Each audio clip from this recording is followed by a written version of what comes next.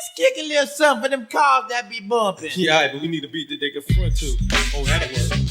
Be funky. You know what I'm saying? Hello, greetings and hi. This is the Head Speaks Podcast, a proud member of the Headcast Network. I am your host, Aaron Moss, also known as Head. Welcome to Head Speaks, where I'll be talking about comics, movies, and basically anything geeky. Well, without further preamble, let's get the show started. 12 o'clock at night with your windows down. Headlights breaking because your battery's drained. Armor roll on your tires and a big gold chain. And here we are, the 25th episode of Head Speaks. Thanks for sticking with me, guys, and if you're new, well, thanks for joining the show. First up, I'm going to start a new segment on here. Well, it's not a new segment. It's part of an ongoing segment. For What's in Head's Long Box, for the next little while, we're going to look at the Atom. I'm going to start looking at Sword of the Atom, the 4-issue miniseries, and there's 3 specials. And then I'll move on to the Power of the Atom. And eventually this is going to tie into my Task Force X Headcast. So go ahead and hang with me, and let's get going.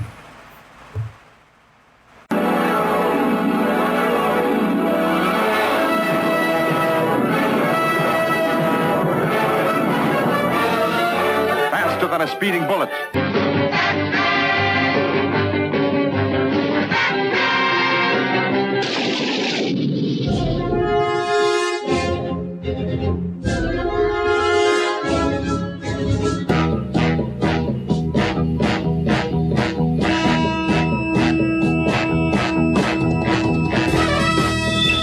In the great hall of the Justice League, Spider-Man and his amazing friends.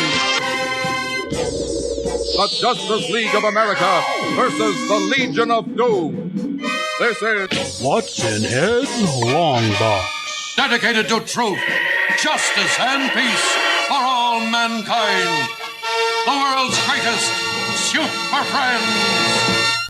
Superhero scientist Ray Palmer, trapped at 6 inches tall in the Amazon rainforest. The Sword of the Atom. That's right, this is the Sword of the Atom #1. Published by, of course, DC Comics.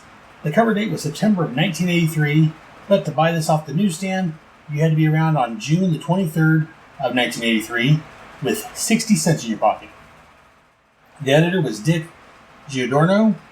The title of this story was called Stormy Passage. The writer was Jan Strand, artist Gil Kane, letterer John Costanza, colorist Thomas J. Zucco. And this was reprinted in the Sword of the Atom trade paperback from 2007. Let's start off our synopsis. We start off the issue looking at a recap of Ray Palmer's origin. He was a scientist that finds a piece of white dwarf star. He uses it to become a superhero named the Atom, falls in love, and marries Jean Loring. Our actual story starts off with Ray getting a phone call on a rainy night for his wife, who happens to be working late at the office. Looking outside, he thinks he sees headlights. Going to investigate, he finds a car parked in the driveway. And in the car, he finds his wife and her new law partner, lips locked together. Jean follows Ray to the house, where they have a fight about her affair and Ray's jobs. Ray decides that they need to spend some time apart, and flies off to South America to look for some more of the white dwarf star that originally gave him his powers. As Ray closes into the area where he detects the material, the pilot decides that they are getting too close to their cocaine fields and tries to fly away. When Ray insists they fly closer, the co-pilot knocks them out and steals Ray's ring. As they get ready to throw him out, Ray awakens, shrinks down, and beats up the co-pilot, causing him to accidentally shoot his partner. As the plane flies out of control, it's struck by lightning, knocking the Atom out. Ray awakens to find he's confronted by a giant snake. Ray realizes that the snake isn't a giant, but his controls are shorted out and he's stuck at 6 inches tall, or 6 inches short as the case might be. As Ray fights off the snake, it's suddenly shot dead by poisoned, tiny arrows. Ray is then captured by an army of barbarian soldiers who speaks another language that Ray doesn't understand. Him and some other captives are led to the city of Molida, where he meets their king. The king and one of the captives, named Terran, have some words, where we find out that Terran is in love with the king's daughter, so the old man had him freed, in quotes, aka banished. As the guards beat Terran down, Ray decides that he should be helping the man and joins the battle. Soon, the guards overwhelm the two and only stop from killing them when the princess asks her dad to make them stop. The two men are thrown into the dungeons where they encounter a bunch of rats. Meanwhile, back in Ivytown, Jean gets a phone call informing her that they found her husband's charred corpse, which they're able to identify by the ring found on his finger. To be continued. And now for my thoughts. Again, this is the Sword of the Atom miniseries. This was a 4-issue miniseries that took Ray Palmer and basically took him out of the DC universe. And we didn't take him out of the DC universe. We took him out of the primary universe where he was hanging out at. And they moved him to the jungles and made him more of an action hero, more of a sword buckling, bashing Conan type character, if you will. I didn't read this when the issues first came out. I didn't come on this until later on. I mean, I knew of the Atom. I liked the Atom. But again, as I said elsewhere, I didn't really get into reading comics until 86, 87. I guess it was 87. So I picked this up later on. I went back and I picked up the issues. I found, I think it was the Sword of the Atom Special 3, I think I found on the newsstand. But this miniseries and the first couple of specials, I had to go and find his back issues. So let's go ahead and get my thoughts on the actual issue. We're going to start with the cover. The cover shows Ray Palmer in his newer costume, riding a frog, battling a snake. He's got a sword and a shield. Just so you know, this actual image does not appear in this book.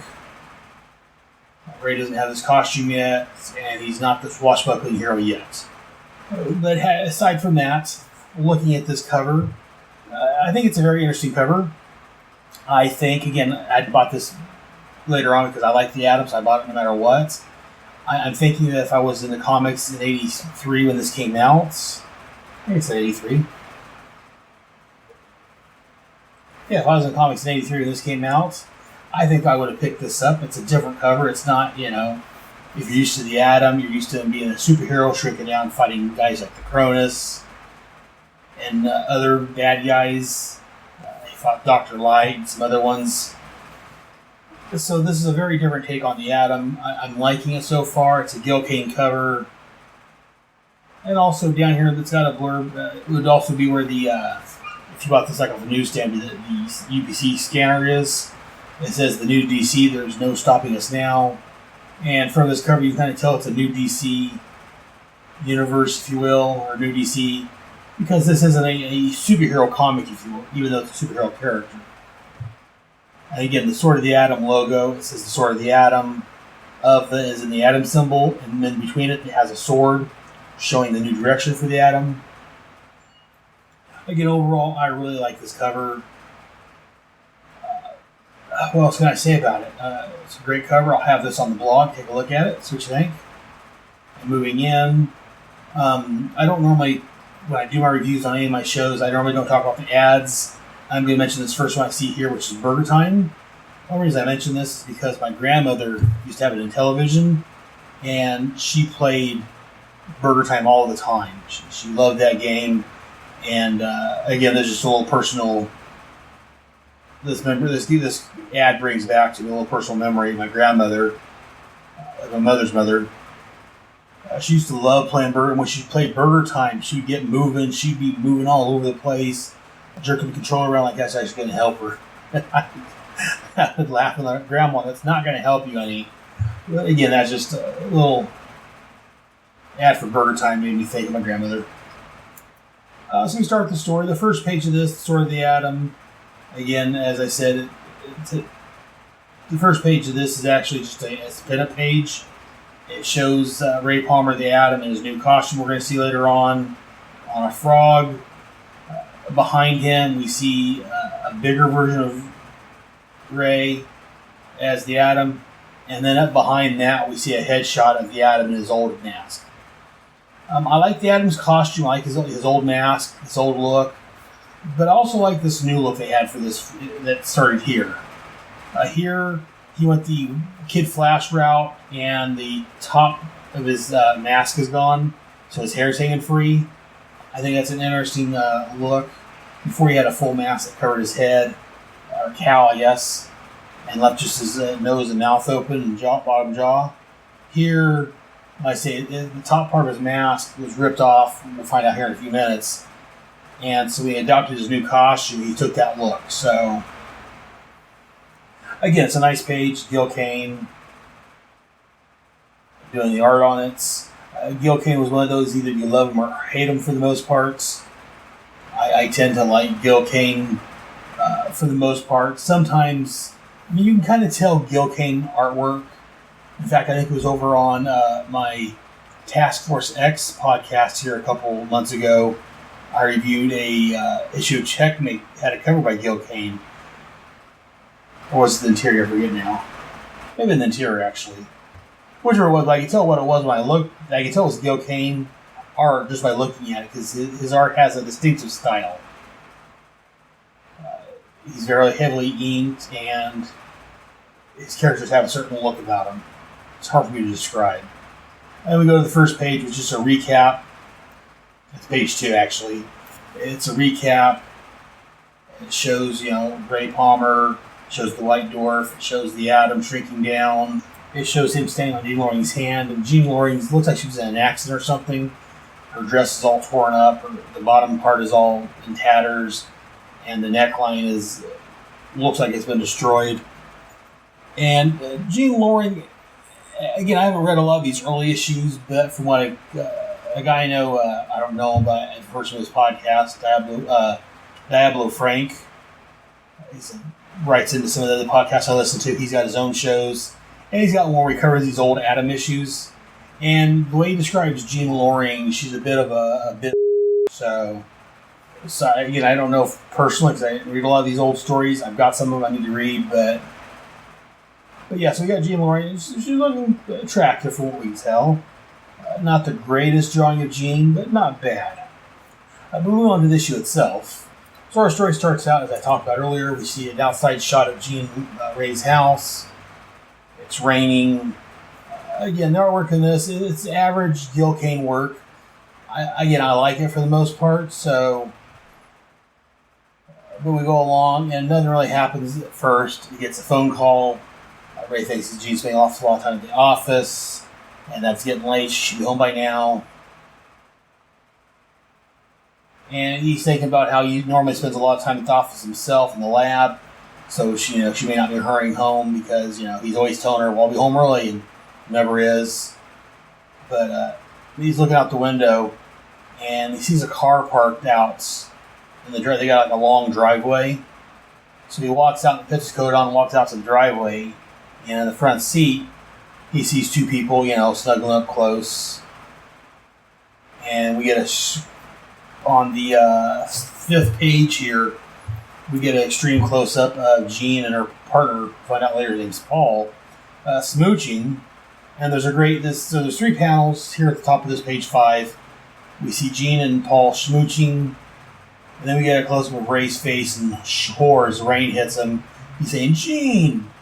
And then the next panel is Jean pulling back in horror. She realizes that her husband has caught her cheating with another man.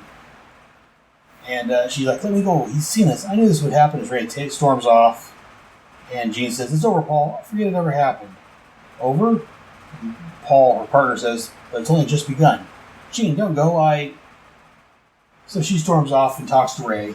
I read this back. I think I got it like an 88, I want to say, is when I picked up this issue and read it. So I was 18 when I read this first, or thereabouts.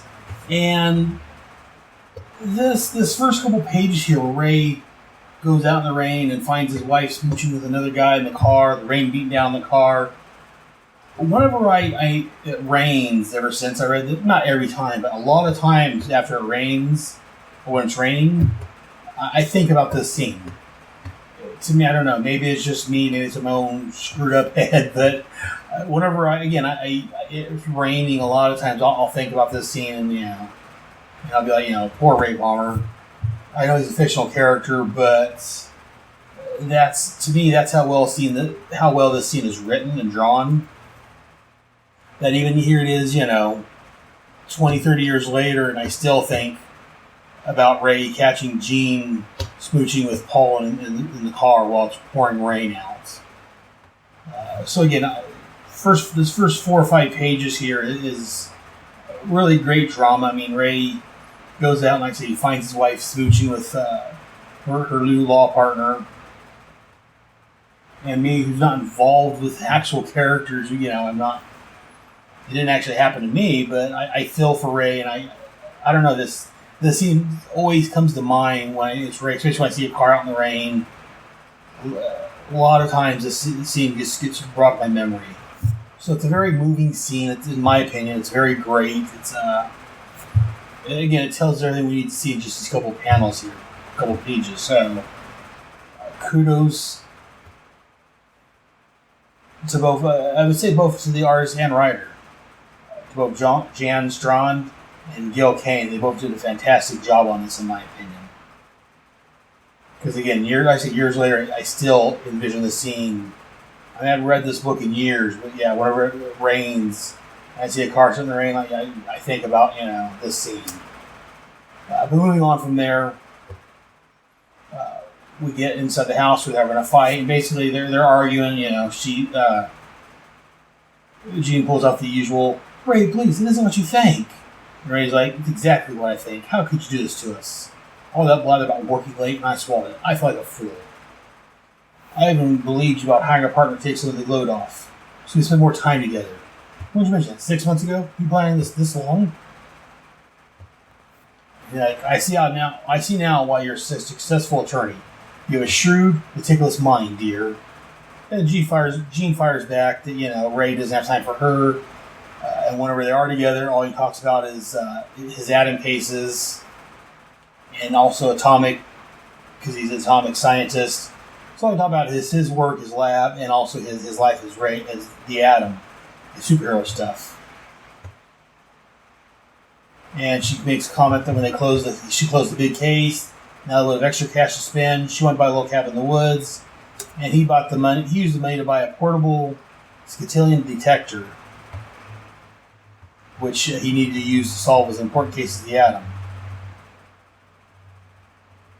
And like I say, she brings up, speaking of which, the Atom's interfering with our life. You're not in the lab, you're not playing superhero. And Ray's like, the world needs the Atom. I thought you accepted that when we got married. And Jean's like, oh, Ray, grow up. I stopped reading comic books years ago. What makes you think I want to live in one? And Ray's like, I see.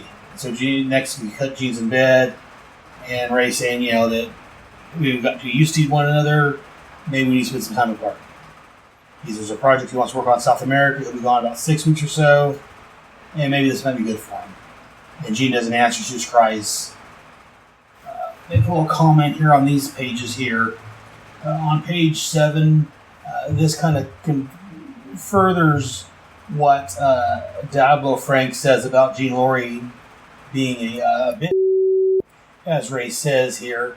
I mean, when they got married, she knew he was the Atom. She's known he was the Atom for years. So it's not like, he was the Atom, they got married, and then years later she found out that he had a secret identity. She knew about this going in. So, and to me that's kind of BS that, she knew going in that he was the Atom. She knew he devoted his life to working in his lab and fighting crime. And yes, if you're married, you need to spend time with your partner. You make time to spend with your wife and or husband, but on the other hand, if you go into a marriage knowing that your spouse has these extracurricular activities, knowing that your spouse can't spend all the time you would like with you because of reasons, and then, cheat on them later on saying, well, you don't have time for me, you're always busy doing this. Well, yeah, when I was doing this before we even got together, that's who I am. I am the Atom. So again, this kind of just... No matter what you may think about Jean Laurie before this, to me anyways, this definitely, she's a grade A witch here. And yeah, maybe I'm wrong, maybe because I'm coming from a guy, a superhero fan point of view. But to me, it's really wrong of Jean to be cheating on Ray, and I can understand her working late because he's always working late. And yes, she may feel neglected, but again, it's not a surprise. He was the Atom before they got married. She knew he was the Atom. So to turn around and say, well, you're spending all this time as the Atom, and he's like, well, you knew that. You accept that. I thought you accept that when we got married. Well, grow up. I stopped reading comic books years ago. What makes you want to live in one? The fact, answer that question, you idiots. The fact that, when you say, what makes you want to live in one? The fact that you knew he was the Atom, you knew he was a superhero, a member of the Justice League of America, and you said yes when he asked you to marry him. To me, that says that you want to live that life and you don't mind it. So you can't come back and throw us in his face years later and say, it's your fault. Again, a little bit about my background. I am divorced. I'm not a superhero. I wasn't, that wasn't part of the problem. In my case, my wife turned out to be a psycho, but that's another story entirely. So I may be reading some of the fact that I'm divorced into this also. So let's go and move away from there and move off the story itself. So as I said, when Ray tells her that, maybe it's best if I go to South America, that's where it's at, for 6 weeks or so, she's laying there and she's got a tear in her eye. So you can tell she wants to say something, but I don't know if it's either A, the guilt of what she did, or just part of her is ready for him to leave. I don't know. I'm leaning more towards the guilt of her cheating on Ray, causing her not to say something. And, maybe she had, they could still be together. But that's another story for another time. So we move on with the story. And again, when at the bottom of page 8, Ray comes running up to the airfield.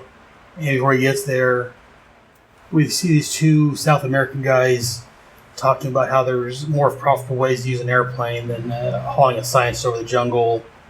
And apparently there's something in the cocoa fields that they don't want him to see, which we'll find out here in a little bit. And again, he's telling that he's looking for a star, a piece of pure white dwarf star material.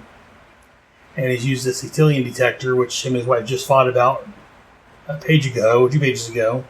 So as they're flying over the fields, the jungles, Ray's wanting to go lower so he can find it, and the pilots tell him that the weather reports are very bad. He's turning back, and Ray's starting to get insistent to keep going, but they're almost there. And Ray said, I almost have the coordinates if we could just get closer.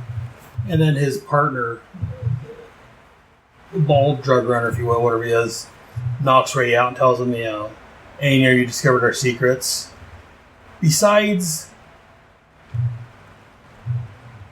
for the story itself, he didn't need to knock him out. They're in control. It's not like Ray could have forced him to go any further. Using the weather excuse, they could have turned back and flew back home. So I think knocking Ray out was a bit extreme. And they're going to talk about throwing him overboard. Once they get away from the cocoa fields, they'll toss his body out. And I understand they did it for the story purposes. I don't know if there may have been a better way of doing it. Again, it's not bad storytelling. It's just a little questionable.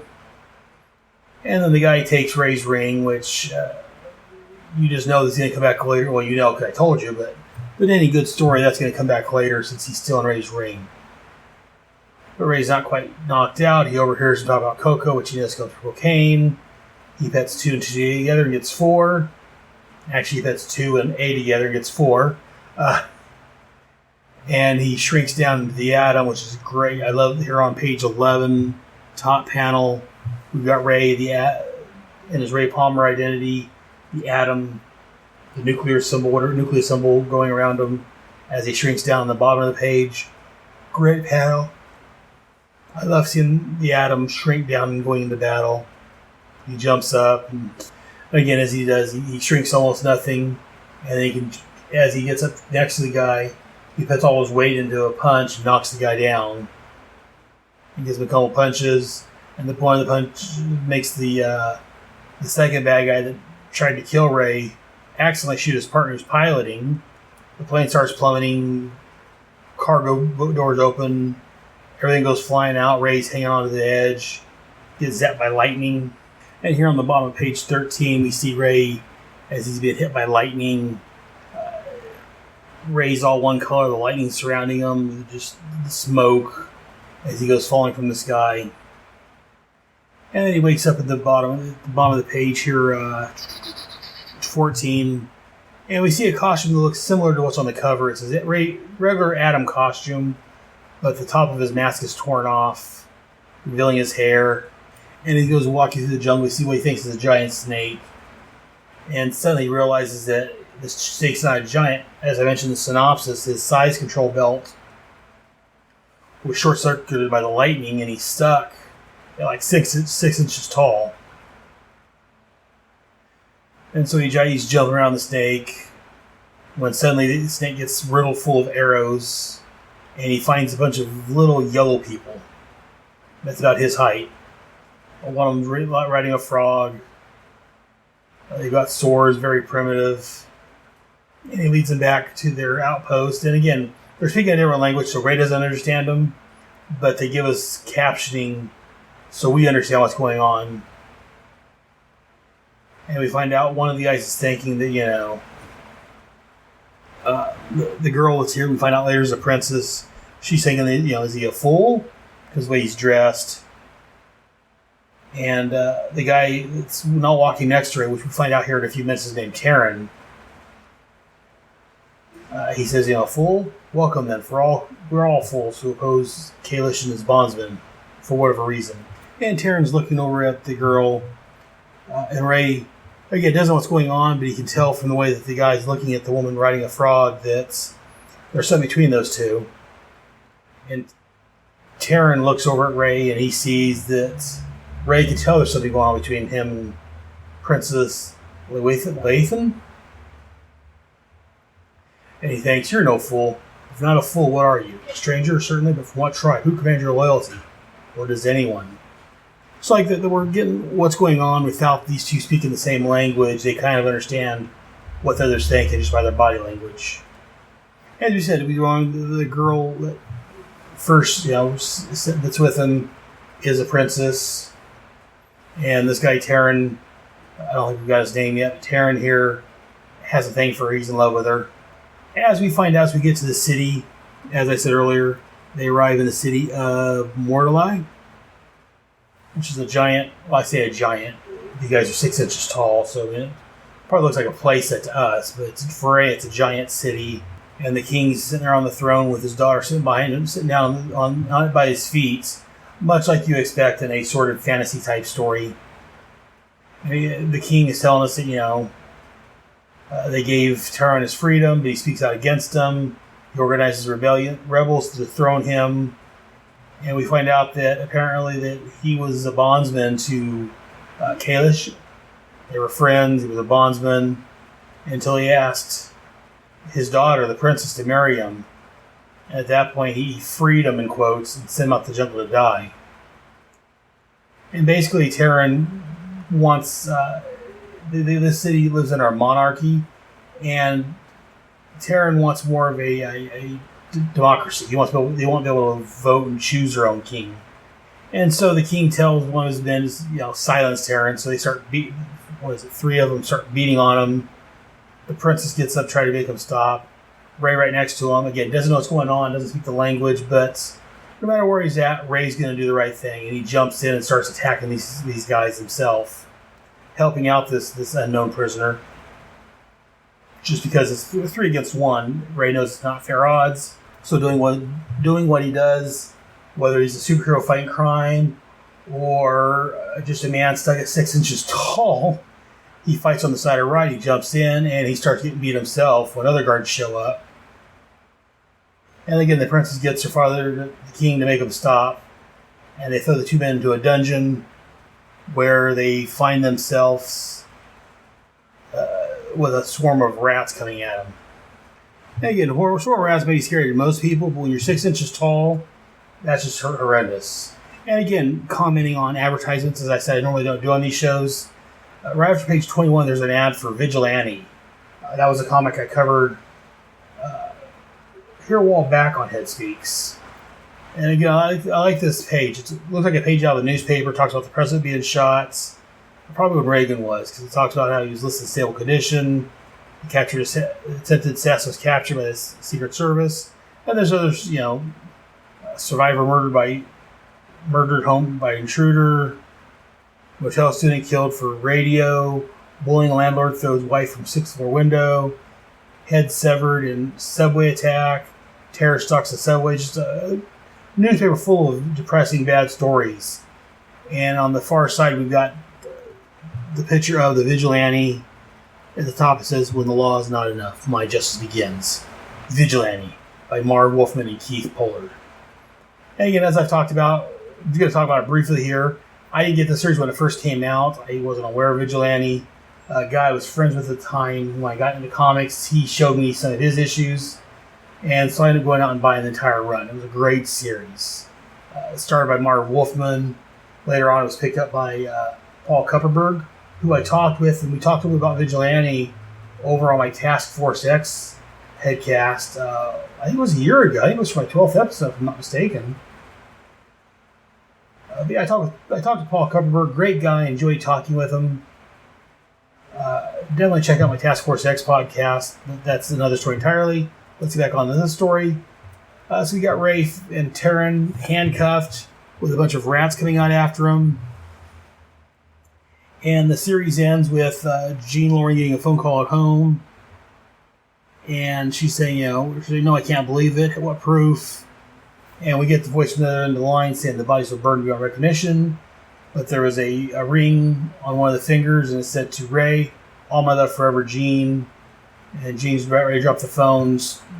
Dots are swirling around her head. She's about ready to pass out. And she leaves the phone hanging there. She wanders away, and the voice on the other end's like, "Hello, are you there, Miss Loring?" So as I said, the guy taking the ring will come back up later. So apparently the plane crashed. They found the body, and being burned up, they don't know who it is, but they had the ring with Ray's name inscribed onto it. So, and that's part of the story reason why they included that. Again, there may have been a better way than what they did, but it played out well in the end. And we end the issue with an action pinup number 1. We show Ray with the Princess Loatha, whatever her name is, on a frog. The frog's jumping into some trees, and there's a snake that Ray's about to swipe its head off of with the power of the atom. I'm sorry, the Sword of the Atom logo on the top. Great picture. And the next page here, again, another ad. I'm just going to mention real quick. It's for Olympic. They sold, if I'm not mistaken, it was greeting cards and stuff. Yeah, all occasion cards and gifts. Back when I was younger, I did Olympic. I mentioned that because an online buddy of mine I met online named Pat Sampson, who's got his own show, Long Box Crusade, I believe it is, where he looks at all his comics in order. He talked about one of these ads for Olympic in the back of one of his comics. He mentioned Olympic, and he was wondering if anyone did that. I saw you already talking about that too, but so it made me think. I did Olympic a couple of times, and I forget what I bought now. I got a few things. I say bought, but you sold cards, greeting cards, and things like that, and you could earn prizes. You either get money for it, or you could get some of these prizes. And it had a lot of cool things in there: a little portable TV, a home computer, and so forth. Again, I forget what I forgot what I got. I think I got a Magic set. I forget what I got through it. There's a Dungeons and Dragons adventure game on here, which is really cool. A tent, telescope. That's some interesting things on here. But anyways, and then the last ad here. Again, I don't normally mention ads, and I am this time really much. It's odd. The last ad, the last page of this is for Advanced Dungeons and Dragons, a video game for the Intellivision gaming system. I used to have the Intellivision game system. I used to have this game on it. Back at like I said, looking at the graphics on the picture here, it's junk graphics at this point in 2016. But back when I had this in the mid 80s, 83, 84, 85, somewhere in there, it was great graphics for the time. It was a great game. I loved that. But anyways, that's going to end this issue of Sword of the Atom. Let me know what you guys think. Going right into Head at headspeaks.com. And again, for the next, year or two, we're going to be following the adventures of Ray Palmer as he goes through the Sword of the Atom, and then his next series called Power of the Atom, which eventually ties into my Task Force X podcast. But that's enough for that. Let's go and end this part. Superhero scientist Ray Palmer, trapped at 6 inches tall in the Amazon rainforest. The Sword of the Atom. Head Speaks will be back after these important messages.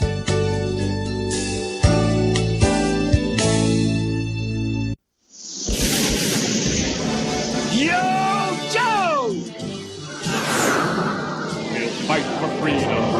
there's trouble, G.I. Joe is there. G.I. Joe, American hero. G.I. Joe is there.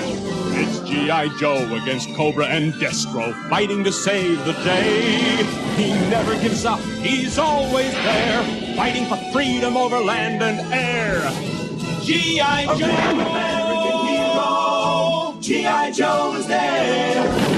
Attention, Joes. This is General Hawk. I have an important mission for you. I need you to listen to G.I. Joe, a Real American Headcast. It's a monthly podcast where Aaron Moss, codename Head, and two other Joes, Ryan Daly and Kyle Benning, will be reporting on the comic book G.I. Joe, a Real American Hero. Previously published by Marvel, currently being published by IDW Comics.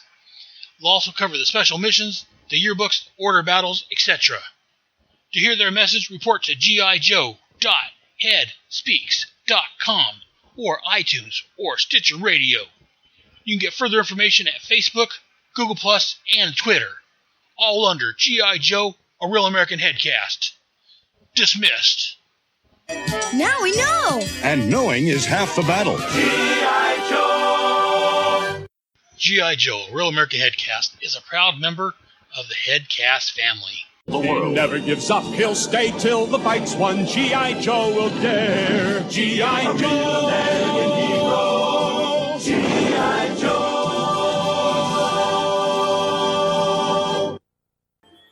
Hello, everyone. My name is Pat, and I'm the host of a new podcast called The Long Box Crusade. A while back, my wife said to me, "Why do you keep buying more comics? I bet you have not even read all the comics you have already." Well, she's right, but let's keep that between you and me. So I took her up on the challenge to read them all. I decided to read my collection of comic books in chronological order by the issue's cover dates. I wanted to relive their adventures and bring back the memories I had of my childhood in the late 70s, 80s, 90s, and beyond. My collection has been stashed away in over 20 plus long boxes in the basement. I'll leave it up to your imagination as to why I cannot have them on display upstairs, but that's a different story. The Long Box Crusade podcast will be of recaps and reviews of the issues in my collection in a fun and friendly way. You can find the podcast at longboxcrusade.com. I hope you will join me on this crusade to read them all. Stop and listen to me! Listen to me! They're not human! Everyone! They're here already! You're next! November 4th, 1988. Earth is invaded by an alien alliance composed of several species, including the Dominators, the Khunds, the Tanagarians, and the Durlans. And they want our superheroes. Even though Australia has been decimated, the United Nations response is unequivocal. Drop dead. First Strike, the Invasion podcast, takes you back to that moment in time and covers the entire Invasion DC Comics crossover. Issue by issue, tie-in by tie-in. Join Bass and Siskoid at fireandwaterpodcast.com or on iTunes. First Strike, the Invasion podcast, a proud member of the Fire and Water Podcast Network. Remember Melbourne. And now back to Head Speaks.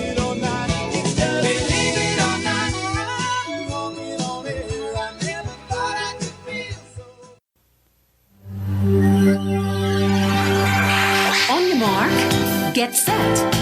We're riding on the internet. The internet is really, really great. For porn. I got a fast connection so I don't have to wait. For porn. What? There's always some new site. For porn. I browse all day and night. For porn. It's like I'm surfing at the speed of light. For porn. Internet porn, Roman orgy scenes. Internet porn, dominatrix queens. Internet porn, girl on girl on girl on girl on girl on guy on sheep. Bet you're going surfing on the internet.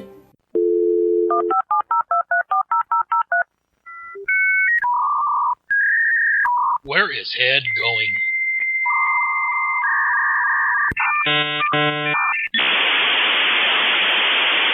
On today's Where's Head Going? Well, if you've been listening to my previous previews I just played, you might figure it out. Yes, I'm referring to the First Strike, the Invasion podcast by Siskoid and Baz. This covers the 1989 crossover series from DC Comics. It was called Invasion. It was a 3-issue miniseries that crossed over with most of the DC and Marvel books. I myself am going to be talking about this briefly over on both my Task Force X podcast, because it crossed over with Checkmate briefly, and then over on my Starman Manhunter Adventure Hour. Both of those books crossed over, so I'll be talking about that here in a few months. But again, I'm just going to talk about the main series and the issues that crossed over with Starman and Manhunter, and 1 or 2 issues of the other comics that touched upon, like The Flash, and I think an issue of Justice League America. But if you want full coverage of the entire run, check out the First Strike, the Invasion podcast, where again, Cisco and Boz, each episode, they look at one book from the crossover. They look at the Invasion series itself. They're looking at the supplements. There was a Daily Planet supplement they looked at, and they're going to look at each issue of the crossovers that came out. So I've listened to everything they've got out so far. I think I may be 1 episode behind, maybe 2, but it's a good podcast so far. Cisco and Boz is a couple of Canadians. It's in the comics, and like I said, I can't really say much more about it than, check out First Strike, the Invasion podcast.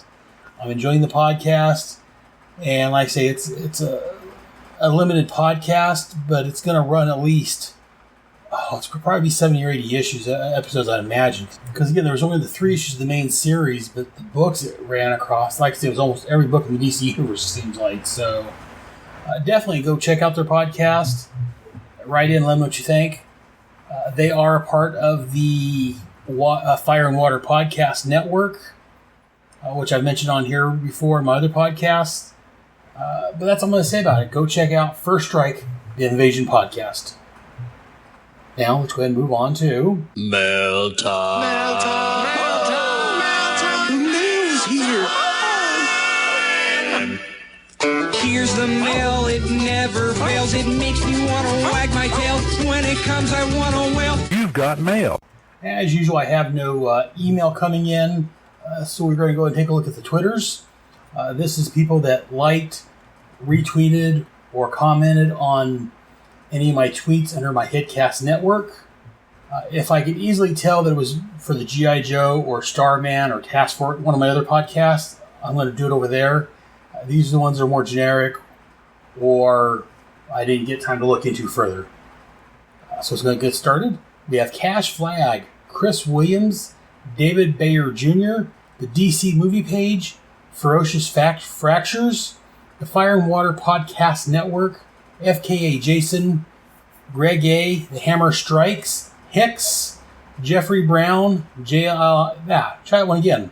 The JLI Podcast, Kevin, Cal Swivel, Lodix, Mark Garvey, Michael Bailey, Mike Gillis, Neil Zaz, Paul Owls, Richie O'Hare Barian, The Rolled Spine, Ryan Daly, Sean Faulkner, Stephen McGowan, Trekker Talk, Two True Freaks, Warlord World, Willie Yarborough, and Xenox Xenophiles. Hope I didn't mess that one up.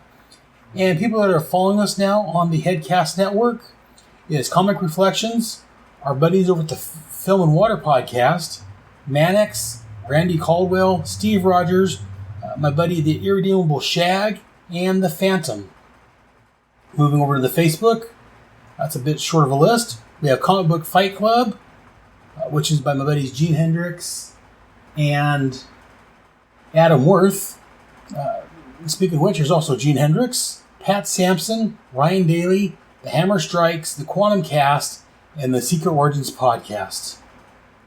Those are all people that liked or commented or favored us on Facebook. And you know what? That's it. That's all for the mailbag. If you guys want to, you can either, again, look us up on the blog, you go to Facebook or Google Plus, and look for us under Head Speaks, under both of those. You can also go to Twitter and look for the Headcast Network. Be sure to leave us a comment. You can email us at headspeaks.com, and I'll read your message on the air. If you want to send us an MP3 file, I can play that also. You can send that to head@headspeaks.com. But I guess that's going to be it for this time. Go ahead and stay tuned. I'm going to play the credits like I normally do, and then I will pick a song. You know what? I haven't decided what song yet. It'll be a surprise to me and you. So sit back and enjoy the credits, and enjoy my after-show song. Until next time, remember, Head has spoken.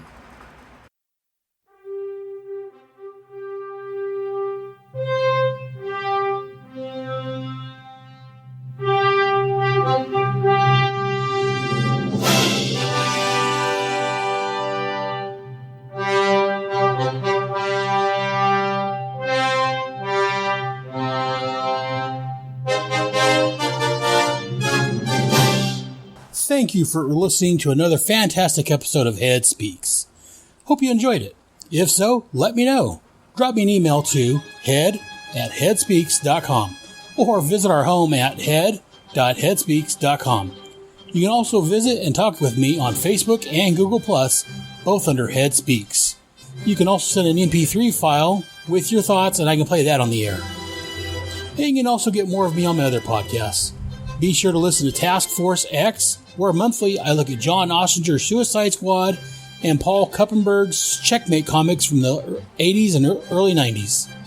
Also, over on G.I. Joe, a Real American Headcast, my podcasting friends Ryan Daly and Kyle Benning, along with myself, are looking at all of the G.I. Joe, a Real American Hero comics, and related titles from Marvel and IDW. All of my headcasts are available on iTunes and Stitcher, along with the respective blogs and my main page at headspeaks.com. All comments, thoughts, and opinions expressed on Head Speaks are owned wholly by the speaker of said comments and do not express the opinions of Head Speaks, unless, of course, I'm the one making the comments. Head Speaks, Task Force X, and G.I. Joe, a Real American Headcast, are all part of the Headcast family. So join us next month for another wonderful episode of Head Speaks. Until then, I'll see you in the funny pages. Good night.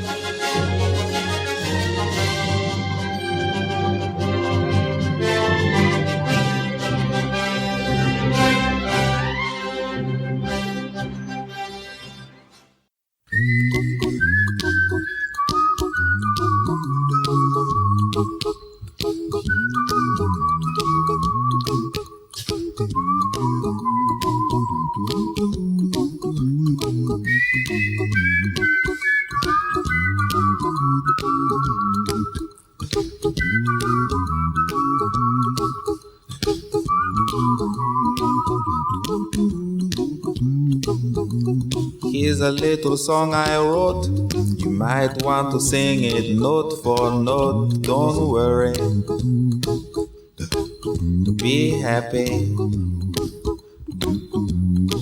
In every life we have some trouble, but when you worry you make it double. Don't worry. Be happy. Don't worry. Be happy now.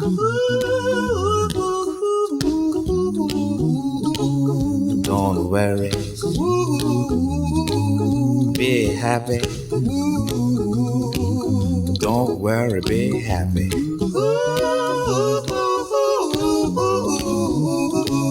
Don't worry. Be happy. Don't worry, be happy. Ain't got no place to lay your head. Somebody came and took your bed. Don't worry. Be happy. The landlord say your rent is late. He may have to litigate. Don't worry. Be happy. Look at me, I'm happy.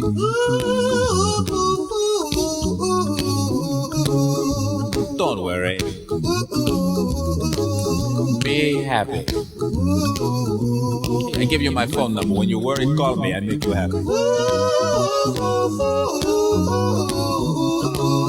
Don't worry. Be happy.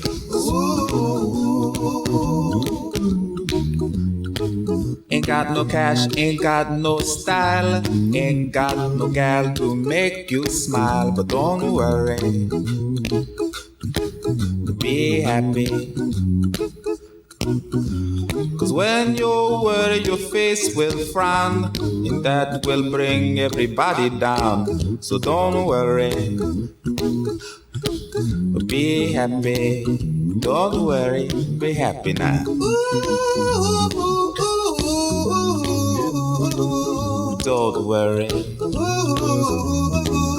be happy. Don't worry, be happy.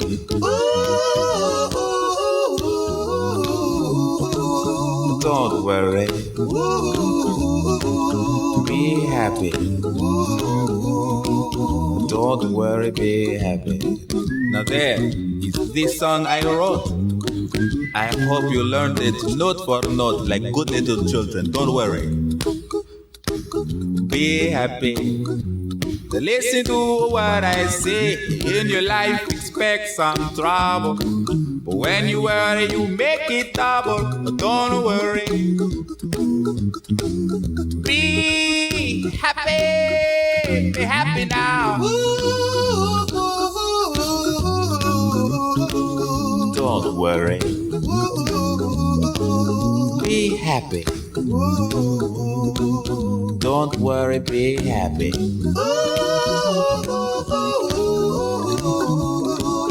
Don't worry, be happy. Don't worry, be happy. Don't worry, don't do it. Be happy. Put a smile on your face. Don't bring everybody down like this.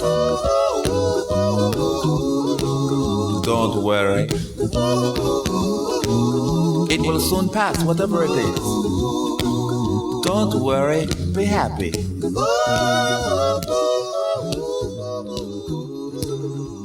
I'm not worried.